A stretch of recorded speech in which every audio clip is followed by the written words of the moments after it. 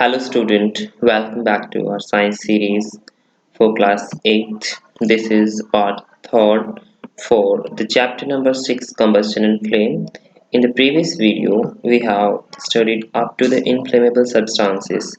We have discussed what do we understand by inflammable substances. The substances which have very low ignition temperature is called inflammable substances and that can catch fire very easily. Examples we have studied, हमने example भी पढ़ लिए हैं. Now, how do we control the fire? किस तरीके से हम उस fire को control कर सकते हैं, ठीक है, काबू में कर सकते हैं. You must have seen or heard of the fire breaking out in homes, shops and factories. आपने देखा होगा या फिर सुना होगा कभी घरों में आग लग गई है, शॉप दुकान में आग लग गई है, या फिर फैक्ट्री या फिर कहीं फैक्ट्रीज में आग लग गई है. If you have seen much an accident, right a short descriptions in your notebook. अगर आपने कभी ऐसा देखा है तो उसका शॉर्ट डिस्क्रिप्शंस अपनी नोटबुक में बनाइएगा, उसके बारे में एक्सप्लेन कीजिएगा कि वहाँ क्या क्या हुआ. Also share the experience with your classmates. और जो आपने एक्सपीरियंस वहाँ फील किया है, जो भी अनुभव वहाँ हुआ है आपको, अपनी क्लासमेट्स अपने सहपाठियों के साथ शेयर कीजिएगा. Find out the telephone number of the fire service in your area. तो this is for your homework. Telephone number आपको खुद ही सर्च करना है कि अगर आग लग जाती है तो हम किस नंबर पर कॉल करें. If a fire breaks out in your house और in your neighbourhood, the first thing to do to call to the fire service. सबसे पहले हमें क्या करना चाहिए, फायर सर्विस सेंटर में कॉल करनी चाहिए कि भाई यहाँ आग लग गई है. नाउ पहले बोल रही है, it is important that all of us know the telephone number of the fire service. कि जो टेलीफोन नंबर है फायर सर्विस के लिए बहुत ही ज़्यादा इम्पोर्टेंट है, स्टूडेंट के लिए as well as other person के लिए. नाउ, डज योर सिटी और town have a fire brigade station. क्या आपकी सिटी में या फिर आपके कस्बे में फायर ब्रिगेड स्टेशन है या फिर नहीं. When A fire brigade arrives, जब भी फायर ब्रिगेड आते हैं, व्हाट डज इट डू. तो वो क्या करते हैं, it pores water on the fire. तो आग के ऊपर वो पानी डालते हैं. Water cools the combustible material. जो वाटर है उसका फंक्शन क्या रहता है, कंबस्टिबल मटेरियल को ठंडा कर देता है. मीन्स टू से उसका टेम्परेचर कम कर देता है. Show that the temperature is brought below it's ignition temperature. ताकि जो मेरा टेम्परेचर है उस मटेरियल का, वो उसके इग्निशन टेम्परेचर से कम पहुंच जाए. अगर उसका टेम्परेचर उसके इग्निशन टेम्परेचर से कम हो जाता है तो डेफिनेटली जो फायर है वो एक्सटिंग्यूश हो जाएगी, बुझ जाएगी. This prevent the fire from spreading. इससे क्या होगा, आग फैलेगी नहीं. Water vapours also surround the combustible material. जो वाटर वेपर होते हैं, इनका भी फंक्शन ये है कि जो वाटर वेपर होते हैं उस कंबस्टिबल मटेरियल के चारों तरफ फैल जाएंगे, जिसकी वजह से फर्दर एयर की सप्लाई नहीं होगी. अगर एयर की सप्लाई नहीं होगी, ऑक्सीजन नहीं जाएगी वहां, तो वो मटेरियल कंबस्ट नहीं होगा, वो मटेरियल नहीं जलेगा, वो बर्न नहीं होगा.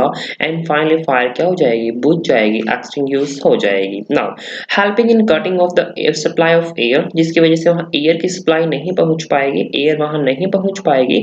सो द फायर इज एक्सटिंग्यूश्ड. इस तरीके से वहां आग बुझ जाती है. Now, you have learned that there are 3 essential requirements for producing fire. अगर हमें फायर प्रोड्यूस करनी है या फिर आग लगानी है तो कौन कौन सी 3 थिंग्स है जो कि वेरी वेरी एसेंशियल, बेहद जरूरी है.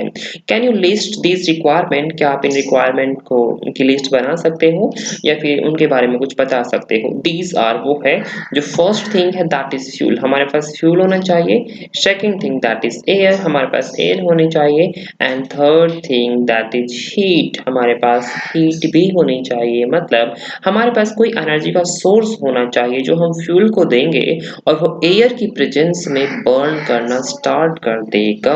वो बर्न कब करेगा, जब उसका टेम्परेचर उसके इग्निशन टेम्परेचर से ज्यादा हो जाएगा. At that particular temperature that fuel catches fire. उस पार्टिकुलर टेम्परेचर पर जो मेरा ईंधन है वो आग पकड़ लेगा. To raise the temperature the fuel beyond the ignition temperature. Heat हमारे लिए इसलिए जरूरी है उस सब्सटेंस के लिए क्योंकि अगर हम हीट देंगे तभी उसका टेम्परेचर इग्निशन टेम्परेचर से ज़्यादा होगा। Fire can be control by removing one or the more of these requirements. इन रिक्वायरमेंट्स में से हम एक भी सब्सटेंस को गायब कर देते हैं, एक भी कंडीशन को इन्वेट कर देते हैं, मतलब फ्यूल हटा दिया तो वहाँ आग नहीं रहेगी। अगर मैं एयर नहीं वहाँ पास करूँगा तो भी वहाँ आग नहीं लगेगी। अगर मैं हीट नहीं दूंगा वहाँ, अगर मैं उस सब्सटेंस का टेम्परेचर नहीं बढ़ाऊंगा तो भी वहाँ आग फायर कैच नहीं होगी। The job of a fire extinguisher is to cut off the supply of air. जो फायर एक्सटिंग्विशर है, जो आग बुझाने वाले हैं, वो क्या करते हैं, सप्लाई ऑफ एयर को क्या कर देते हैं, कट ऑफ कर देते हैं, मतलब एयर वहां नहीं पहुंच पाएगी। और bring down the temperature of the fuel. और ब्रिंग डाउन मीन्स टू से फ्यूल का टेम्परेचर बहुत कम हो जाता है क्योंकि वाटर भी उसके ऊपर स्प्रेड होता है, ठीक है। और बोथ या फिर दोनों ही कंडीशन, हवा भी नहीं जाने देंगे और सेकेंड थिंग टेम्परेचर भी उसका कम कर देंगे। Notice that the fuel in most cases can not be eliminated. हमने क्या नोटिस किया है, फ्यूल को तो कभी एलिमिनेट करते ही नहीं fire extinguisher. If for instance अगर ऐसा होता है, for example a building catching fire, अगर कोई भी बिल्डिंग फायर कैच कर लेती है तो whole building is a fuel, तो पूरी की पूरी बिल्डिंग उसके लिए क्या होगा, फ्यूल होगा। Means to say it is impossible to eliminate that building, क्योंकि इतनी बड़ी बिल्डिंग को रिमूव करना it is not easy task नहीं है। Then the easy task will be, easy task क्या होगा, वहां एयर सप्लाई ब्लॉक कर दे, ठीक है, और उसका टेम्परेचर पूरी की पूरी बिल्डिंग का टेम्परेचर क्या कर दे, कम कर दे, ठीक है। Now the most common fire extinguisher is water. जो सबसे कॉमन फायर एक्सटिंग्विशर है, आग बुझाने वाला क्या है, पानी है। But water works only when the things like wood and paper are on the fire. लेकिन वाटर सिर्फ और सिर्फ तभी वर्क करता है अगर हमें लकड़ी की आग बुझानी है या फिर पेपर की आग बुझानी है। कीप इन माइंड, जब हमें पेपर से आग बुझानी है फिर लकड़ी को बुझाना है, ठीक है, तभी वो वाटर एक्ट करता है as a fire extinguisher, otherwise नहीं। If electrical equipment on the fire, अगर मान लो कोई भी इलेक्ट्रिकल इक्विपमेंट है, बिजली से बन चलने वाली चीजें हैं, तो अगर उनमें आग लग जाती है, वाटर में conduct electricity in harm those trying to douse the fire. जो वाटर है वो तो कंडक्टर होता है इलेक्ट्रिसिटी का, एज ए ऑलरेडी नो, क्योंकि वाटर्स के अंदर मिनरल्स होते हैं और मिनरल्स की वजह से वाटर क्या कर लेता है, इलेक्ट्रिसिटी कंडक्ट कर लेता है। And harm those trying to douse the fire, और उन्हें नुकसान पहुंचा देगा जो आग बुझाने के लिए आए हैं। वो is also suitable for fires involving oil and petrol. Oil से लगी हुई आग हो या फिर पेट्रोल से लगी हुई आग हो, वहां पर भी हमारे लिए वाटर फायर एक्सटिंग्विशर काम कर देता है, वहां आग बुझा देता है। Do you recall that water is heavier than oil. क्या आपको याद है कि जो पानी है वो हैवियर होता है किससे, ऑयल से। सो it sinks below the oil, इसीलिए यह क्या करता है, सॉरी, क्योंकि जो वाटर है वो ऑयल एंड पेट्रोल से लगी हुई आग को बुझाने के लिए यूज नहीं किया जा सकता, क्योंकि वाटर हैवी होता है ऑयल और पेट्रोल से, जिसकी वजह से जो वाटर है वो बॉटम पे चला जाएगा, ठीक है, लोअर लेयर डेवलप कर लेगा, बना लेगा, और जो मेरा ऑयल और पेट्रोल है पानी के ऊपर आ जाएगा। इसीलिए पानी तो सिंक कर जाएगा, डूब जाएगा, ऑयल ऊपर होगा, अगर ऑयल ऊपर होगा दैट कैचेस फायर इजीली, तो आसानी से आग पकड़ लेगा। So it sinks below the oil and oil keeps burning at the top. Oil हमारे पानी के टॉप के ऊपर बर्न करता रहेगा। That's why we can not use water to extinguish the fire from oil and petrol. अगर oil और petrol से आग लगी हुई है तो हम उसको बुझाने के लिए पानी यूज नहीं करेंगे। For fire involving electrical equipment and inflammable materials like petrol, carbon dioxide is best extinguisher. अगर आग कैसे लगी हुई हो, इलेक्ट्रिकल इक्विपमेंट में लगी हुई हो या फिर इनफ्लेमेबल मटेरियल की वजह से लगी हुई हो, जैसे कि ऑयल और डीजल पेट्रोल वगैरह हो सकता है, ठीक है, तो हम वहां फायर एक्सटिंग्विशर के लिए कौन क्या यूज करते हैं, कार्बन डाइऑक्साइड। क्या यूज करते हैं, carbon dioxide, which is a best extinguisher. Carbon dioxide being heavier than oxygen, carbon dioxide oxygen से हैवी है। Cover the fire like a blanket, fire को ब्लैंकेट की तरह क्या कर लेती है, ढक लेती है। क्या बोला मैंने, carbon dioxide being heavier than oxygen, oxygen से भारी है carbon dioxide, and covers the fire like a blanket, और एक ब्लैंकेट कंबल की तरह उसे ढक लेती है जिसके ऊपर आग लगी हुई होती है। Since the contact between fuel and oxygen is cut off. जो हमारा ऑक्सीजन और फ्यूल का कांटेक्ट है वो कट ऑफ हो गया, ठीक है, वो रिमूव हो गया and the fire is control. अगर फ्यूल को हमें ऑक्सीजन नहीं देंगे तो हमारी आग बुझ जाएगी, अगर आग बुझ जाएगी तो फायर को हमने क्या कर लिया, कंट्रोल कर लिया। The added advantage of carbon dioxide is that in most cases it does not harm the electrical equipment. तो जो हम carbon dioxide as extinguisher use करते हैं, जो इलेक्ट्रिकल इक्विपमेंट जितने भी होंगे उन्हें वो नुकसान नहीं पहुंचाता, इसलिए हम कार्बन डाइऑक्साइड यूज करते हैं to extinguish fire. How do we get the supply of carbon dioxide, किस तरीके से हम कार्बन डाइऑक्साइड का सप्लाई गेट करते हैं, मीन्स उसे कैसे हमें कार्बन डाइऑक्साइड की सप्लाई मिलती है। It can be stored at high pressure as a liquid in cylinder. Carbon dioxide को अगर हम कार्बन डाइऑक्साइड के ऊपर प्रेशर बहुत ज्यादा अप्लाई करते हैं तो वो लिक्विड फॉर्म में आ जाती है। किस फॉर्म में आ जाती है, लिक्विड फॉर्म में आ जाती है and that can be stored in cylinder, और उन्हें सिलेंडर के फॉर्म के अंदर हम फिल कर लेते हैं। In what form is LPG stored in cylinder, as you know कि एलपीजी को किस फॉर्म में सिलेंडर के अंदर रखा जाता है।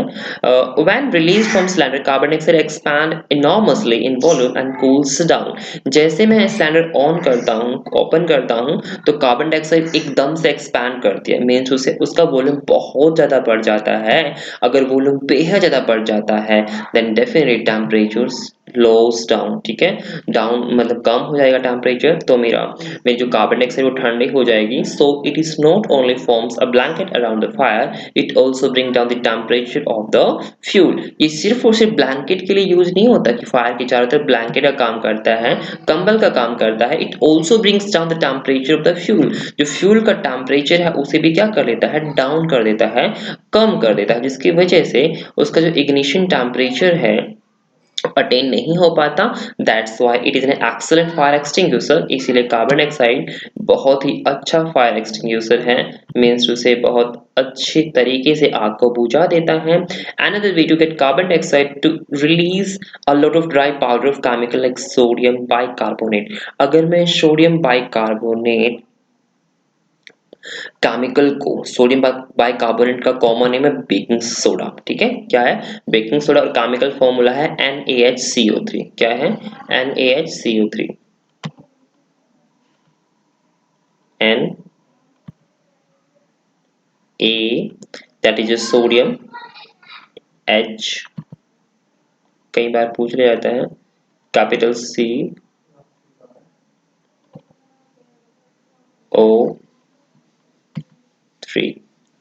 Sodium hydrogen carbonate. क्या है, सोडियम हाइड्रोजन कार्बोनेट। ये sodium hydrogen carbonate this is the formula of baking soda. और बेकिंग सोडा क्योंकि इसके अंदर कार्बोनेट है, अगर कार्बोनेट है तो डेफिनेटली वो अगर ये पाउडर फॉर्म में होगा तो definitely it releases carbon dioxide, क्योंकि पाउडर फॉर्म में हम डालेंगे और वहां आग ऑलरेडी लगी हुई है तो इसे एनर्जी मिल जाएगी। अगर एनर्जी मिल जाएगी मीन्स टू से इसे हम हीट करेंगे, गर्म करेंगे। अगर हम इसे हीट करते हैं, गर्म करते हैं, then it's breaks into carbon dioxide, ठीक है। तो एक कार्बन डाइऑक्साइड में ब्रेक हो जाएगा, कार्बन डाइऑक्साइड निकलेगी और कार्बन डाइऑक्साइड निकलेगी, again that is a good extinguisher agent, ठीक है, फायर एक्सटिंग्विशर है, अच्छे से बुझा देता है। और पोटेशियम बाइकार्बोनेट और पोटेशियम बाइकार्बोनेट पे आप यूज कर सकते हो।